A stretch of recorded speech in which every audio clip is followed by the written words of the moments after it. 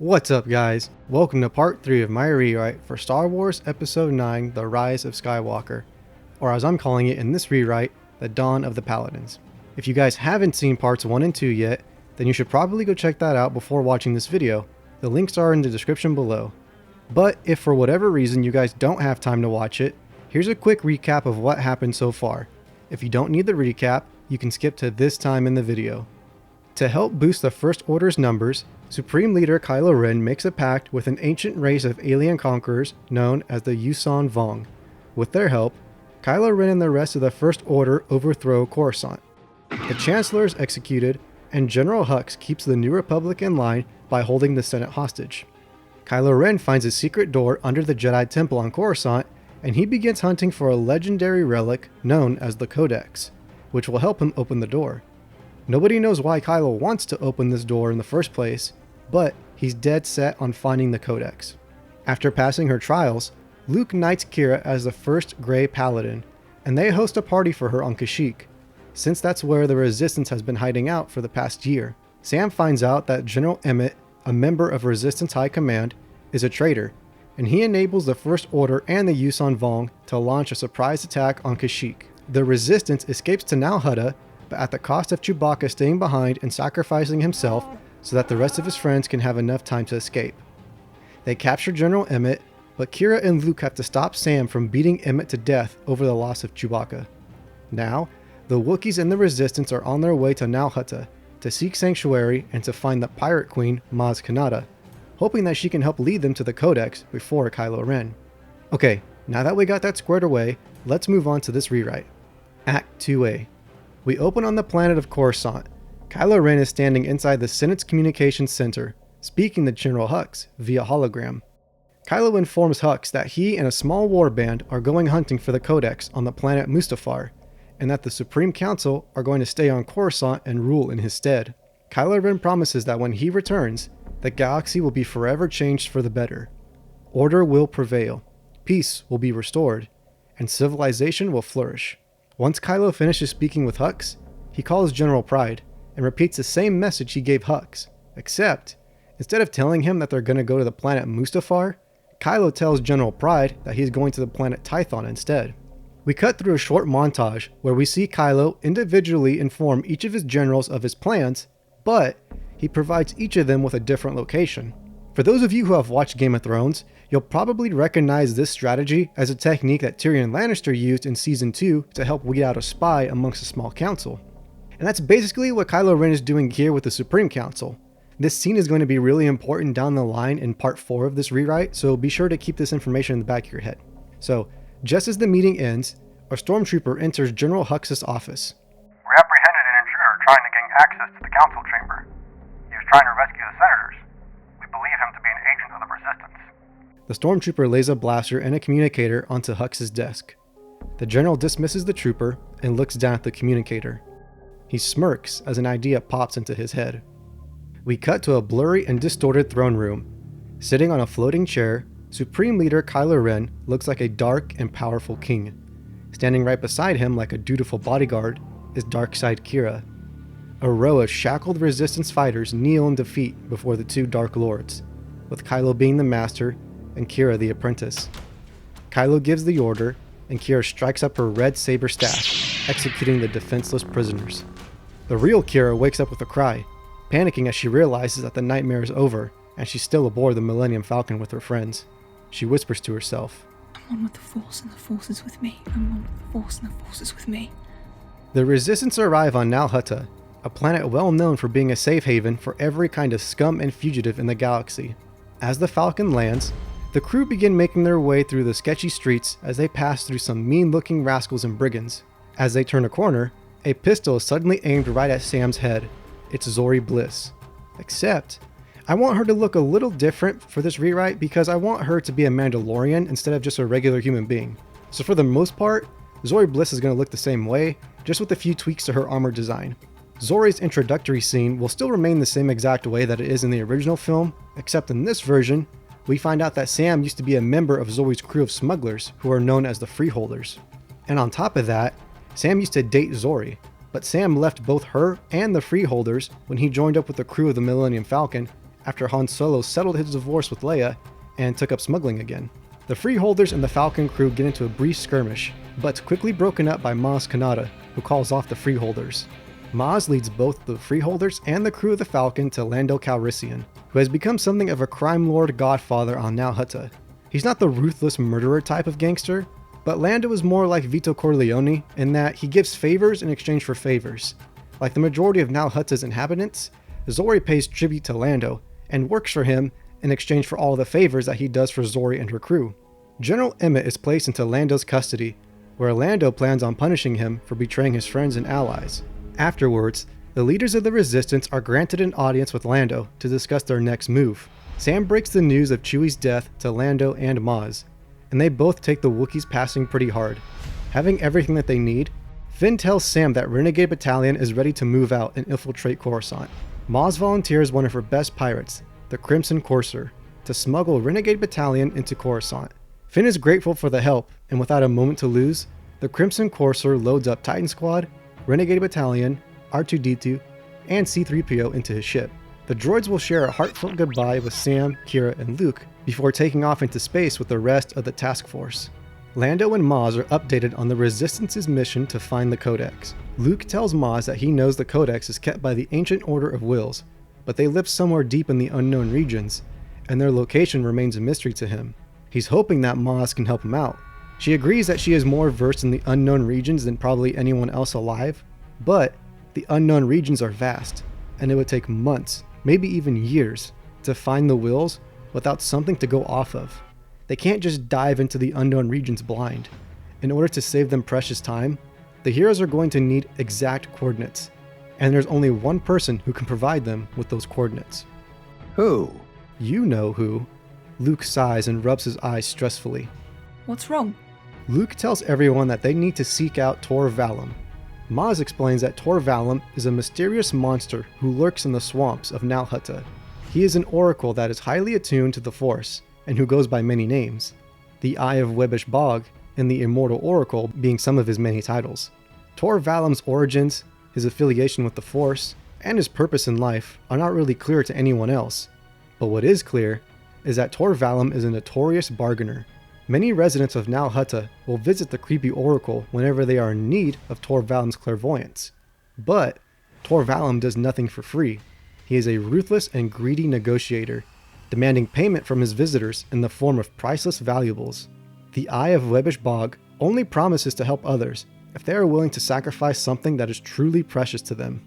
Luke decides to go visit Tor Valum, but Lando warns him that the oracle's lair lies deep in the swamp, and to journey there outside after dark is suicide. Lando offers the Resistance sanctuary within his humble abode, and later that night, Lando will be hanging out with Luke and Maz when he proposes a toast to Chewbacca's memory. On the other side of the room, Zorii will sit down next to Kira and offer her a drink. After their little spout, the two warriors start to warm up to each other as they talk about Sam, the war with the First Order, the nature of the Force, and Kira and Luke's mission to establish the Grey Paladins. Zorii will encourage Kira to keep on fighting the good fight, regardless of the New Republic's complacency. Zorii will reveal to Kira that she's Force sensitive when Kira accidentally knocks over her cup and Zorii stops it from spilling with the Force, admitting to Kira that she's never been trained on how to use the Force because she grew up on Mandalore, and Mandalorians are not very fond of sorcerers. Seeing past her rough edges and sensing the good that is in her heart, Kira will try to convince Zorii to join the Grey Paladins. Even though she's not one for joining causes and really isn't much of a follower, Zorii still does appreciate and support what the Resistance stands for. She's a big believer in freedom, and maybe one day she'll feel the same way about the Paladins. But not today. Meanwhile, inside his prison cell, we see the beaten and bloody General Emmett violently gag and choke on something, until he forces himself to throw up a small communicator. Using the communicator, we see Emmett silently send a transmission without alerting the guards. We cut to the planet of Coruscant. The Crimson Courser is sneaking Finn and his troops into the occupied planet by hiding them amongst a shipment of rations. As a nod to some of the earlier Star Wars films, Finn will hide behind a crate of blue milk. Once Titan Squad and Renegade Battalion make it past the docks, they find themselves in a city plaza, where crowds of people are gathering to watch a public execution. DJ has been captured by the First Order for being a Resistance spy, and he is now being placed underneath a large guillotine to serve as an example to the rest of Coruscant's citizens. General Pryde will be the officer in charge of the execution, and Finn will start walking towards the execution block, reaching for his blaster, when Jenna and TK grab Finn and hold him back to avoid blowing their cover.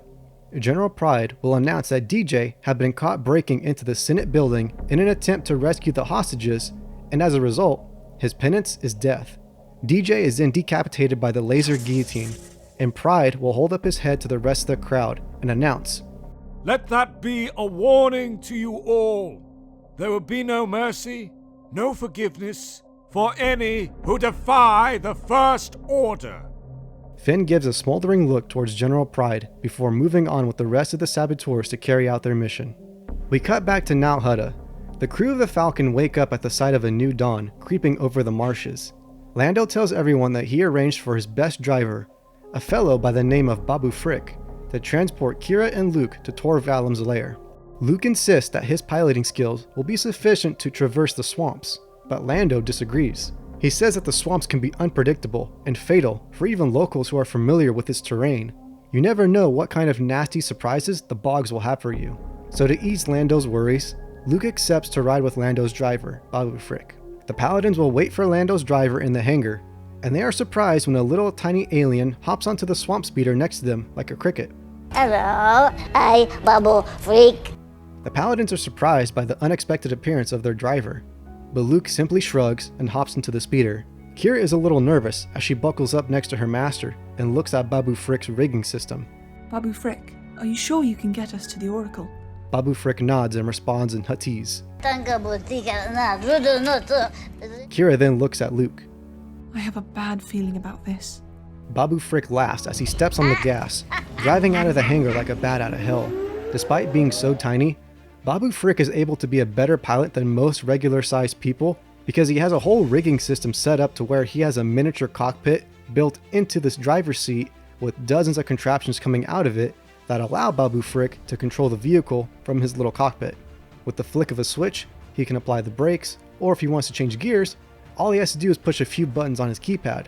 Not to mention, he'll have a bunch of camera screens surrounding him that give Babu Frick the ability to see what's around him even though he can't physically look over the windshield of the speeder.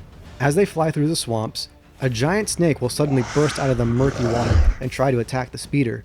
Babu Frick will go full baby driver on the snake, as he'll use some crazy driving techniques to dodge and evade the giant monster as it continues to chase after them and try to consume them. Babu Frick will fly through tunnels, swoop under trees, jump off of boulders, drift, reverse, and do all kinds of cool driving tricks as he outruns the snake. Babu will finally outsmart the giant snake and fool the monster into getting itself trapped in a tunnel too small for it to slither through. Babu will laugh as they emerge victorious and escape the monster's jaws. But suddenly, one of Babu's contraptions snaps off, and the speeder starts accelerating out of control. Babu will quickly jump down and push his entire body against the brake pedal, causing the speeder to spin and drift until it comes to a hard stop up against a tree. Everyone is frozen stiff from the impact, and Luke and Kira both look at each other in anxiety. All is still and quiet. They're safe. For now. Babu Frick suddenly jumps up in front of the Paladins and triumphantly shouts, Hey! Luke ignites his lightsaber and proceeds to walk towards a trapped snake to put the beast out of its misery. But Kira will hold a hand out to Luke, motioning for him to stay put. She'll cautiously approach the giant snake.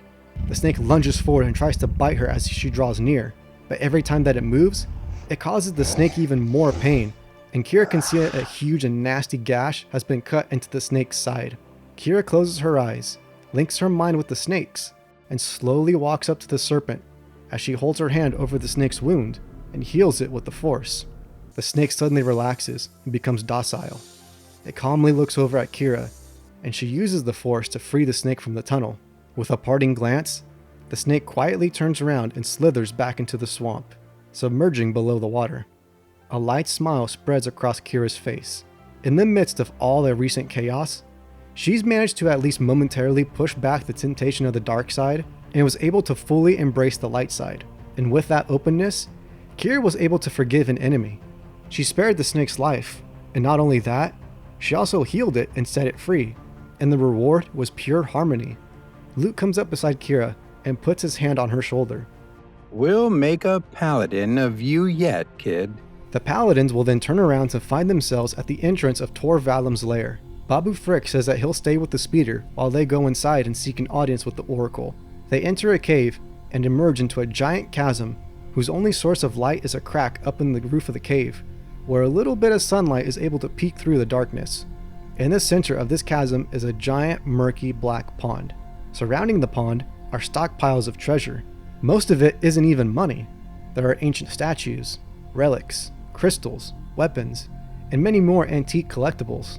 The pond begins to bubble, the water begins to swirl, and out of the sluggish tar emerges a large, old, and wrinkly alien that resembles a mutated spider. This creature sits atop a giant, bald human head that seems to just buoy itself above water. This is Tor Valum, the Eye of Webbish Bog, the immortal oracle. Who dares enter my kingdom? Luke is about to step forward, but Kira cuts in front of him and kneels down on one knee. I am Kira, first of the Grey Paladins. This is my master, Luke Skywalker. We come seeking your counsel, O wise oracle. Skywalker. For years I have sensed the ripples and the force your actions have birthed. Here we finally meet at last. It is rare that I've had the honor of entertaining one so significant. There was once a time that many of your kind visited me, Jedi, wishing to know the great mysteries of the Force. But now, such delicacies are rare. So tell me, child, after all this time, the Jedi come seeking the wills, do not. Yes. But that is not all. I know what it is you truly desire. The Codex. But such a prize does not come without sacrifice. So tell me, Kira, first of the Grey Paladins. For centuries, a great many fools have gifted me with generous bounties for my wisdom.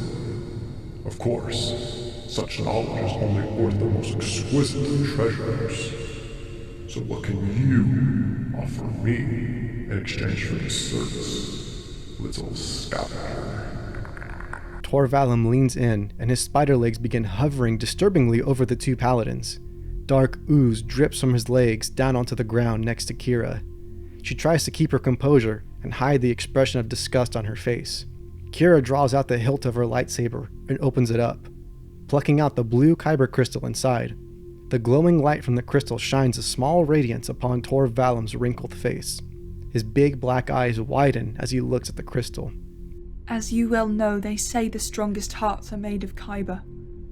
A lightsaber is a Jedi's life. Without it, we are incomplete. So I offer this to you, O great oracle. Luke grabs Kira's shoulder. Kira, no! Tor Valum's lips begin to slaver with drool as he laughs. You would offer me your identity. You bargain well, little knight. A fine addition this piece will make to our collection.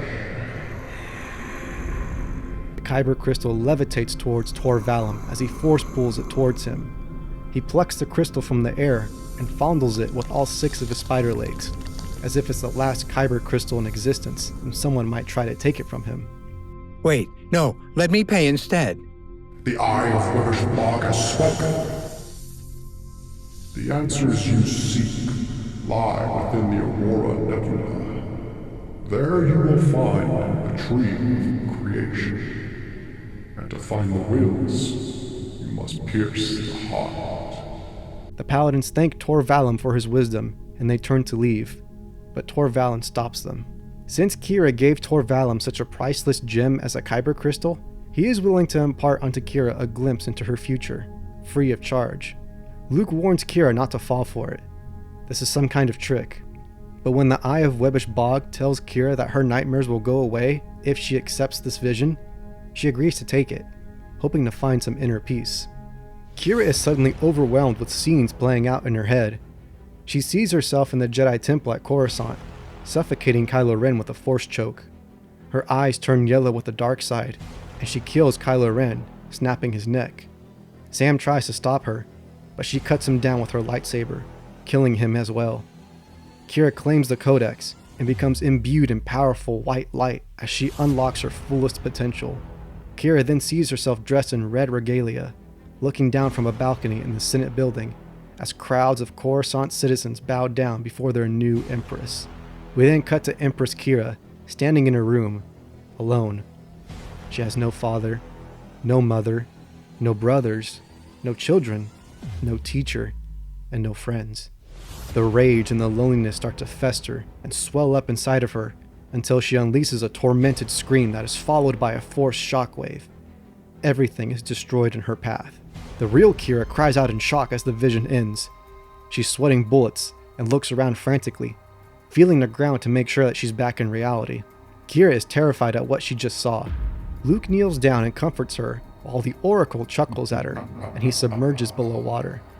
Luke tries to calm Kira down, but she grabs Luke by the arm and looks wildly into his eyes. I saw my future. I give in to my anger. I allow the dark side to control me. I become a monster. That is my fate, Uncle. I saw it. No. Tor Valum just wanted to mess with your head, Kira. What you saw was only one possible outcome in a multitude of potential futures. There's no guarantee that it will come to pass.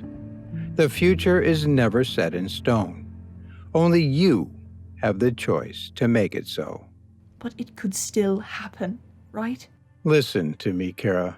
As long as I'm around, I will never let you fall down that path.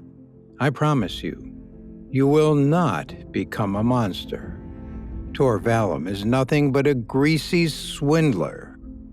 Now do you see why I didn't want you to accept his gift? It was nothing but a lie. Kira nods, accepting her master's words of reassurance as he helps her back onto her feet. With his arm wrapped around her shoulder in comfort, Luke leads Kira outside the Oracle's dark lair and back into the light of day. Once they feel the sun on their faces again, Luke looks at his apprentice. You know, I would have taken your place and paid Tor Valum myself. You didn't have to do that.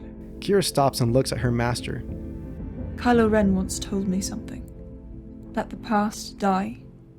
Kill it, if you have to. Our oaths call us to live out a life of sacrifice, Uncle. There can be no peace, no balance, without sacrifice. You taught me that. So this is how I choose to let the past die. Besides, I have a spare. Kira draws out Anakin's blue lightsaber, the one that Luke told her to keep as a backup weapon, just in case something happened to her original weapon. Luke smiles. Well, you sure are your father's daughter. We cut back to Coruscant. The Resistance saboteurs of Renegade Battalion managed to sneak into the tower that is powering the planet's shield. But as soon as R2 plugs into an outlet, the First Order is tipped off to an intruder in their systems, and the alarm is sounded. Squads of pure stormtroopers and Yuuzhan Vong come rushing into the tower, forcing the Resistance fighters to use grenades and smoke bombs to cover their escape. Fenn orders Renegade Battalion to scatter and rendezvous at the lower levels of Coruscant, but he orders the droids to stay by him, since they're the mission's priority. In the midst of the excitement and chaos of their escape, R2-D2 and C-3PO get separated from Finn, and they're forced to make their own escape, while Finn roars away on a hijacked speeder bike. Oh, wonderful. Look at us, stranded behind enemy lines. This is all your fault, R2. We cut back to Nal Hutta. The Paladins report their progress to the others, and Sam will share with everyone that he received an encrypted message from DJ saying that Kylo Ren is alone on the planet Mustafar. Sam insists that this is the perfect time to strike back. Without his army protecting him, Kylo Ren will be vulnerable. They can swoop in, take him by surprise, and cut the head off the snake. If they do that, then they don't have to worry about finding the Codex at all.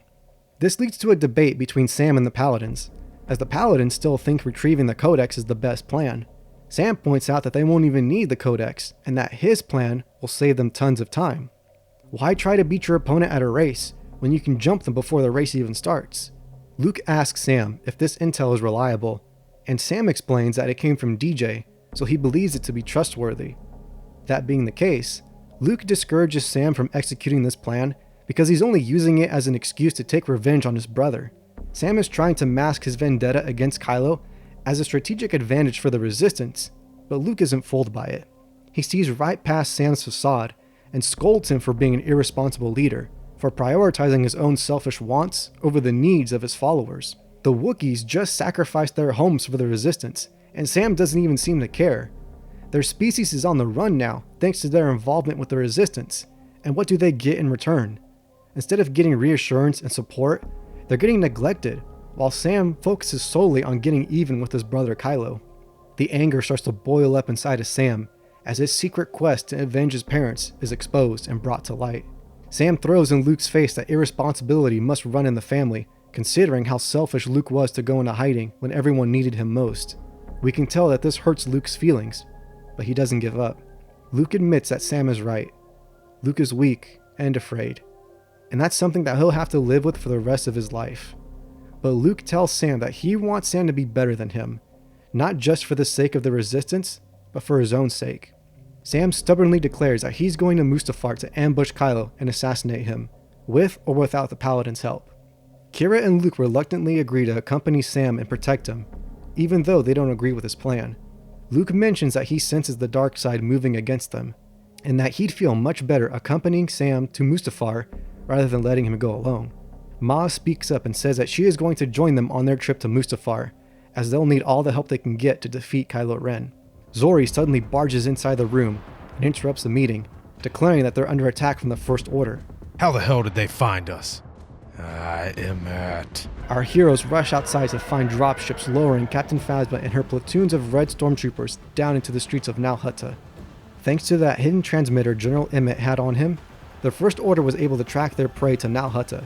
This fight will be identical to the battle that we see take place on Kijimi in the original film, except Nal Hutta won't be destroyed like Kijimi is in the original film. The Wookiees and the Resistance will join Lando and his band of goons in holding off the First Order. Zori and Captain Phasma will circle each other and engage each other in a duel, as Zori calls out Phasma for disgracing the Mandalorian name and joining the First Order. Phasma's actions and her crimes against the galaxy have brought dishonor to their people. Phasma replies that the Mandalorians have always been enemies of the Jedi, and that anyone who sides with them is more of a traitor than she'll ever be. By the way she looks at it, Zori is more of a traitor than Phasma is.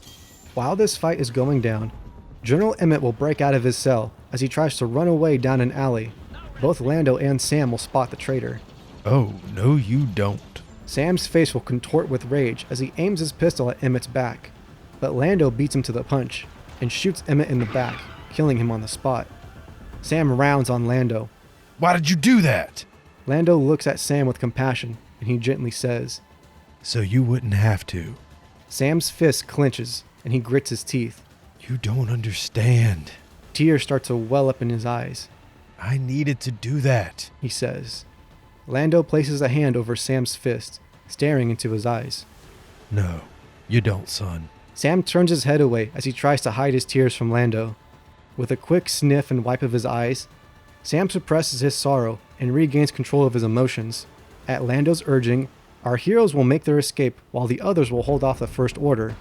One by one, Kira, Luke, Sam, Loie, and Maz Kanata will board the Millennium Falcon and blast off into space, charting a course for Mustafar. And that concludes part 3 of my rewrite for Star Wars Episode 9, The Dawn of the Paladins. In the next video, which is part 4, I'm going to cover the midpoint, along with the last half of Act 2, known as Act 2B. If you enjoyed this rewrite and want me to continue making more videos, then consider following me on Patreon at patreon.com/PhoenixStudios. It really helps me out, and if you guys want to see more awesome rewrites from this channel, then go ahead and subscribe so that you can get notified when a new video drops. Let me know what you all think of the rewrite so far, and I will catch you guys next time.